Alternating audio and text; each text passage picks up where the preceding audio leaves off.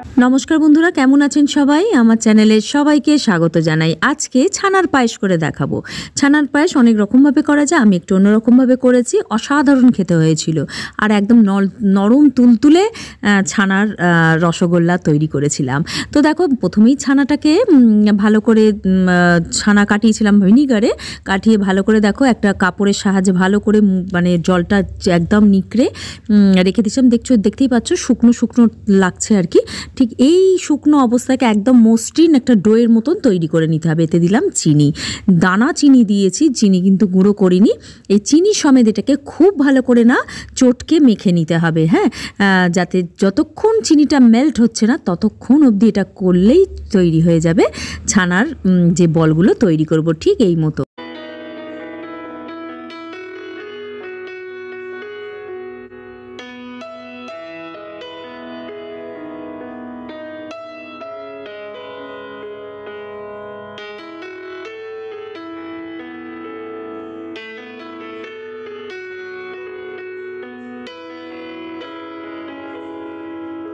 দেখো, একটুখানি মানে হাফ চামচেরও কম একটুখানি ঘি নিয়েছিলাম, নিয়ে না এই ছানার এইটার মধ্যে বেশ একটু ভালো লাগিয়ে নিয়ে ছোট ছোট বল তৈরি করে নেবো। একদম বলগুলো কিন্তু তুমি যেরকম করবে তার ডবল একটু বড় হয়ে যাবে, কিন্তু যখন আমি শেষের দিকে দেখলেই বুঝতে পারবে শেষ অবধি। তো দেখো বন্ধুরা, এই মতন আমি ছানাটাকে মসৃণভাবে একদম স্মুথ একটা ডো তৈরি করে নিলাম, ঠিক এই মতো।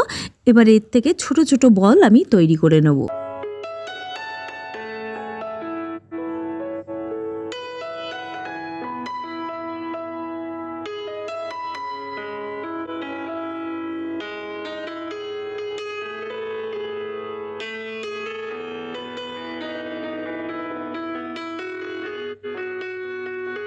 দেখো, 500 দুধের ছানা আমার এতটুকুই হয়েছে। আমি 500 দুধ দিয়েই মানে করেছি, যে দুধের প্যাকেটগুলো পাওয়া যায়। তো দেখো, এখানে আর একটা পাত নিলাম, হ্যাঁ, প্যাকেটগুলো যে পাওয়া যায় সেই মানে ডবল টোনের আর কি, যেটা খুব ভালো দুধের আর কি, মানে ক্রিমি দুধ আর কি সেইটা।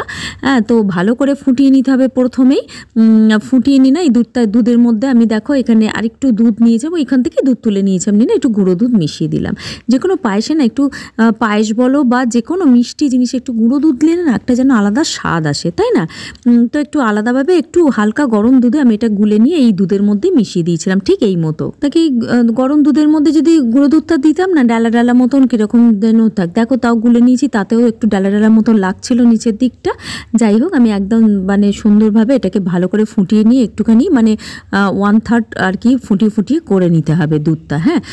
দেখতেই পাচ্ছ দুধটা আমার মোটামুটি কমেই এসছে। এর মধ্যে দিলাম এলাচের গুঁড়ো, একটু মিষ্টি যাতে একটা গন্ধ ছাড়ে। দেখো, এরকমভাবে বেশ ভালো করে মিডিয়াম ফ্লেমে এটা ভালো করে নিলাম। আর এরপর একটুখানি না দিয়েছিলাম রোজ ওয়াটার।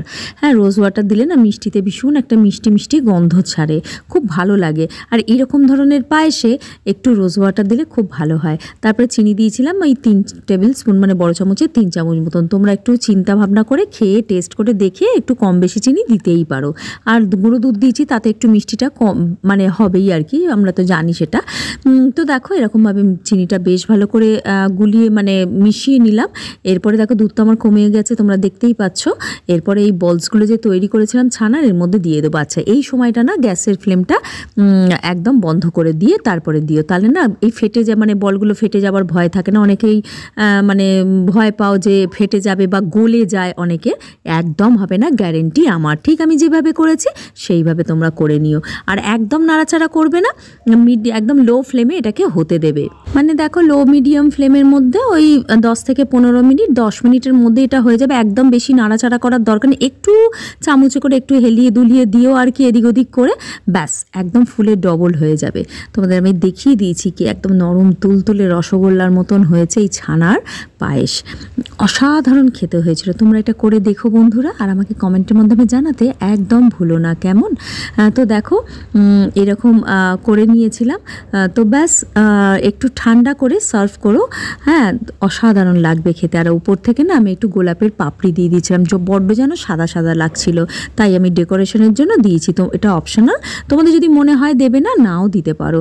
আজকে কেমন লাগলো আজকের রেসিপি তাহলে জানাতে ভুলো না কেমন।